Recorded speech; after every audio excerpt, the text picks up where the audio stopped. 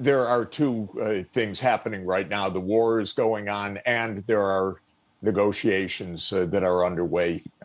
We are, of course, not able to know exactly the state of the negotiations, but they seem to be progressing. They seem to be oriented around Ukraine adopting a status of neutrality and Russia stopping the war. But there are a lot of other details that are not small matters being discussed. Crimea, the provinces of Donetsk and Lugansk. At the same time, the war is raging. The U.S. has said that it will send more military support. It is rejecting the call for a no-fly zone, I think very wisely.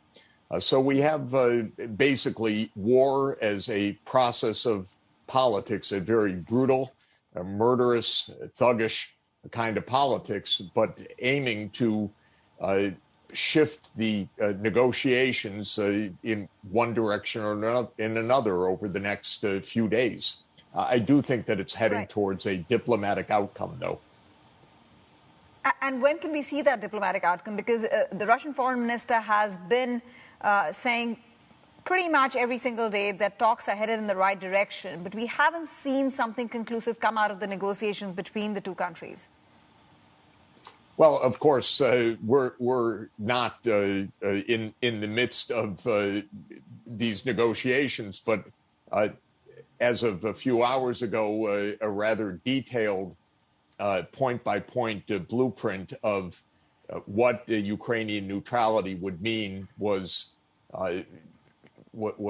published in the Financial Times, or at least the status that such a document exists was published in the Financial Times.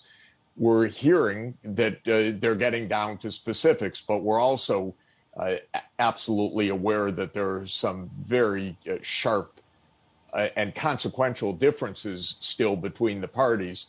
And as those differences are being weighed in the negotiating room, this horrific war continues. So, as von Clausewitz said about war, it is politics with other means. And that's what's happening right now. A rather brutal politics is underway to define the parameters of some kind of new political relationship between Ukraine and Russia.